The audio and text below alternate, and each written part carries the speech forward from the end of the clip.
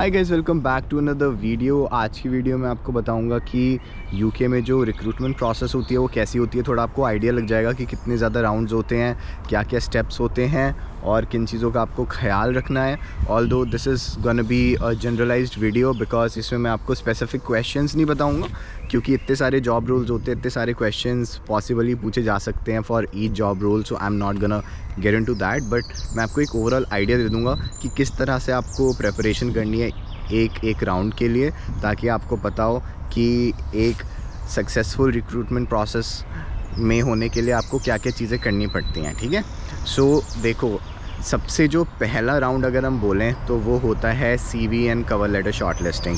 सो जैसे ही आप किसी जॉब के लिए अप्लाई करते हो, सबसे पहले आपको अपना वहाँ पे CV भेजना होता है और कवर लेटर भेजना होता है। बहुत सारी जगहों पे कवर लेटर ऑप्शनल होता है, but I would highly recommend कि आप हमेशा एक कवर लेटर अटैच करो अगर आप उस जॉब के लिए पैशनेट हो, अगर वो आपको बहुत पसंद है। बिकॉज़ आज के टाइम में जॉब मार्केट बहुत ही ज़्यादा कम्पिटिटिव हो गई है, तो अगर आप कोई भी चीज़ नहीं करते और बाकी लोग करते तो उनको एक एज मिल जाता है। सो एज लूज़ मत करो जस्ट बिकॉज कवर लेटर के आगे ऑप्शनल लिखा है। ओके, कई बार कवर लेटर आपको PDF फॉर्मेट में सबमिट करना होता है और कई बार आपको जॉब पोर्टल पे ही अपना जो ऐसे टाइप होता है वो लिखनी होती है कि आप क्यों उस कंपनी को ज्वाइन करना चाहते हो। मैं बहुत जल्दी आने वाले 1-2 दिन में एक वीडियो बनाने वाला हूँ जिसमें आपको बताऊंगा कि आप 5 मिनट्स में क्वालिटी कवर लेटर कैसे लिख सकते हो। Because in the entire process, जो स्टार्टिंग होती है प्रोसेस की, उसमें सबसे जो पेनफुल चीज़ होती है वो एक कवर लेटर राइटिंग होती है। बिकॉज़ उसमें आपको बहुत ज़्यादा दिमाग लगाना पड़ता है, बहुत ज़्यादा सोचना पड़ता है कि इसमें क्या एग्जैक्टली लिखें जिसकी वजह से जो रिक्रूटर है वो इम्प्रेस हो जाए।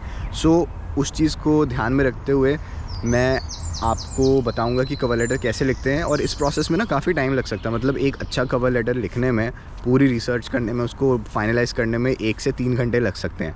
But I am gonna tell you how you can complete that in 5 minutes, और वो भी काफ़ी personalised. So don't forget to watch that video. जैसे ही मैं पोस्ट करूँगा, सब्सक्राइब करके रखो चैनल, ताकि जैसी वो वीडियो डालूँ आपके पास एक नोटिफिकेशन आ जाए। खैर, तो फर्स्ट राउंड मैंने आपको बताया कि CV और कवर लेटर होता है। अब अगर आपको कहीं से रेफरल मिला है तो कई बार ये ना राउंड स्किप हो सकता है और आपको सीधा रिक्रूटर से भी कॉल आ सकती है।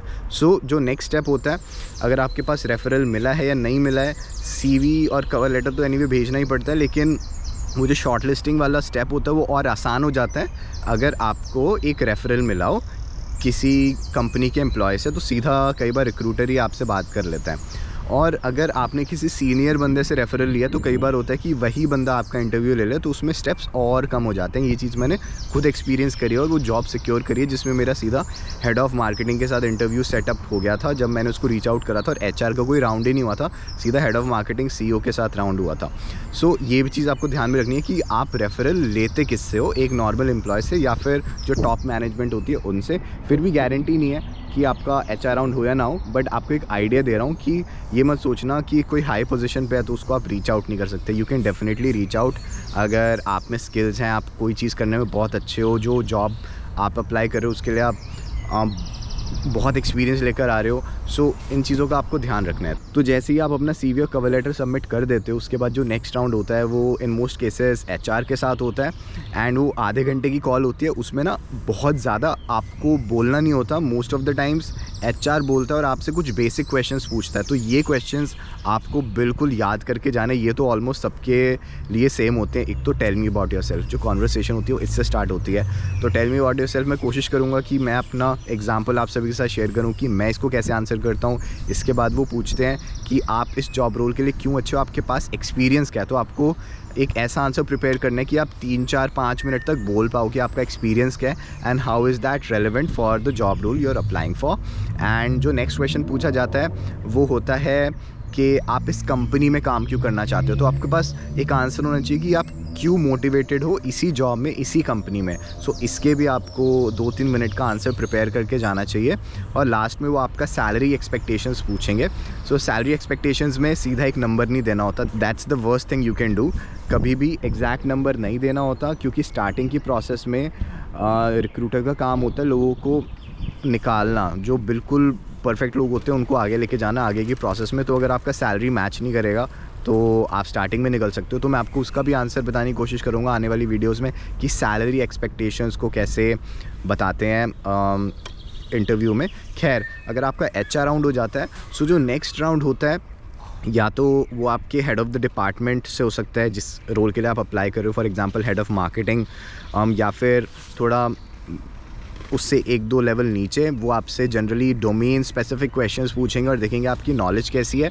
सो ये राउंड ऑप्शनल होता है कि वो मिड लेवल बंदा आपका इंटरव्यू ले रहा है सीधा या फिर टॉप लेवल वाला ले रहा है, because depends on the size of the organisation. अगर छोटी कंपनी है तो उस केस में टॉप लेवल की ही ले लेते हैं, क्योंकि इतने ज़्यादा स्टेप्स उनको करने की सेंस नहीं लगती है। लेकिन अगर बहुत बड़ी कंपनी है, छोटी कंपनी नहीं है, बहुत बड़ी कंपनी है, तो उसमें मल्टीपल लोग आपके इंटरव्यूज़ ले सकते हैं और रिक्रूटमेंट प्रोसेस में 6 से 7 स्टेप्स हो सकते हैं। बट पहला स्टेप हुआ CV, कवर लेटर, दूसरा HR कॉल, तीसरा आपका जो बंदा उस डोमेन में काम करता है उससे इंटरव्यू आपकी नॉलेज चेक करेगा। एंड इन मोस्ट केसेस जो 4th राउंड होता है, it is about an assignment to test your practical skills and to test your approach. तो आपको एक असाइनमेंट दिया जाता है जिसमें आपको एक टास्क दी जाती है, 2 टास्क दी जाती हैं, जिसमें आपको एक प्रेजेंटेशन बनानी होती है और आपकी स्ट्रैटेजी क्या, आपका माइंडसेट क्या, आपकी अप्रोच क्या है, आपकी क्या रीजनिंग्स हैं, आपको कितनी अच्छी नॉलेज है डोमेन की। सो ये सब आपको शोकेस करना होता है एक अच्छे प्रेजेंटेबल फॉर्मेट में। और इसी वजह से मैं बहुत लोगों को रेकमेंड करता हूँ कि जिस भी तरह के आप जॉब रोल्स में अप्लाई करो ना, कोशिश करो कि थोड़े similar kind of job roles में आप अप्लाई करते रहो, ताकि जो असाइनमेंट्स है ना वो भी आपको सिमिलर टाइप के मिले। तो हर असाइनमेंट में जो भी आपकी लर्निंग होगी वो नेक्स्ट जॉब एप्लीकेशन में काम आएगी, पहली बात तो। और दूसरी चीज़ ये, अगर आप सिमिलर टाइप की जॉब्स के लिए अप्लाई करते हो तो जो आपके असाइनमेंट के क्वेश्चंस होते हैं या फिर जो आपका डोमेन है उसके ऊपर आप कॉन्टीन्यूसली रिसर्च कर सकते हो, उसमें इन डेप्थ नॉलेज गेन कर सकते हो टाइम टू टाइम कि क्या करंट अफेयर्स हैं, क्या डेवलपमेंट्स हो रही हैं इस एरिया में, क्या नई चीज़ें आ रही हैं, और उसके हिसाब से वो नॉलेज आप असाइनमेंट्स में यूज़ कर सकते हो एंड उससे आप रिक्रूटर को इम्प्रेस कर सकते हो। और जैसे ही आपका असाइनमेंट आप ईमेल करके सबमिट कर देते हो, इन मोस्ट केसेस फिर आपको वो असाइनमेंट प्रेजेंट भी करना होता है, जिसमें आपकी आधे घंटे की प्रेजेंटेशन हो सकती है और उसके बाद आधे घंटे की Q&A हो सकते हैं, जिसमें वो आपसे असाइनमेंट से रिलेटेड क्वेश्चंस पूछेंगे। और जैसे ही आपका असाइनमेंट सबमिट हो गया, Q&A राउंड हो गया, फाइनल राउंड ऑफ इंटरव्यू हो गया, इसके बाद एक फाइनल राउंड ऑफ इंटरव्यू भी हो सकता है, जिसमें टॉप जो कंपनी के फाउंडर्स होते हैं उनके साथ बस एक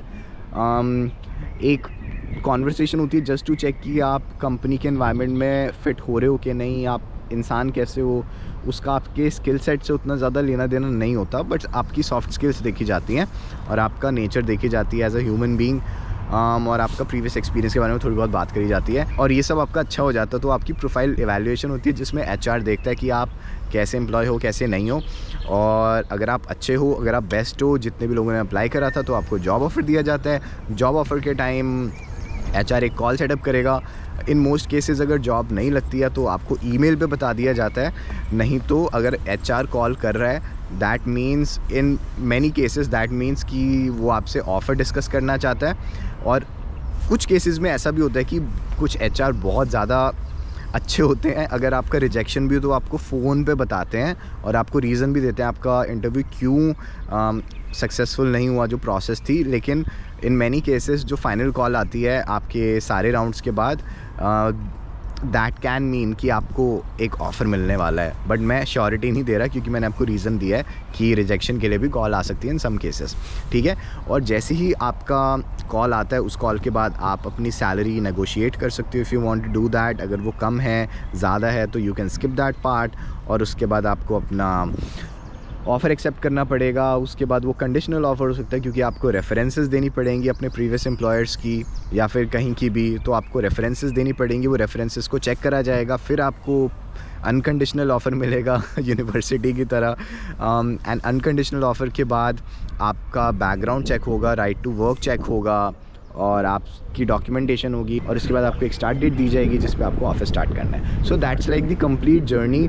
मेजॉरिटी ऑफ लोगों के लिए मोर और लेस यही रिक्रूटमेंट प्रोसेस होगी, क्योंकि उन्हें बहुत लोगों से बात करी, अपने फ्रेंड्स को देखा है, खुद को देखा है इतनी जॉब्स के लिए अप्लाई करते हुए, जो भी मैंने सिक्योर करी हैं अब तक या फिर जो भी मेरे दोस्तों ने सिक्योर करी हैं, नहीं करी है, उन सब में यही प्रोसेस होती है। एंड आई होप इससे आपको कुछ सीखने को मिला हो। In the coming time I am planning to make a lot of career oriented videos. So मेरे चैनल को सब्सक्राइब करना मत भूलना अगर आप यूके में एज अ स्टूडेंट आए हो और जॉब्स के लिए अप्लाई कर रहे हो या करने वाले हो, बिकॉज मैं अपना एक्सपीरियंस आप सभी के साथ शेयर करूँगा। So stay tuned, take care, bye.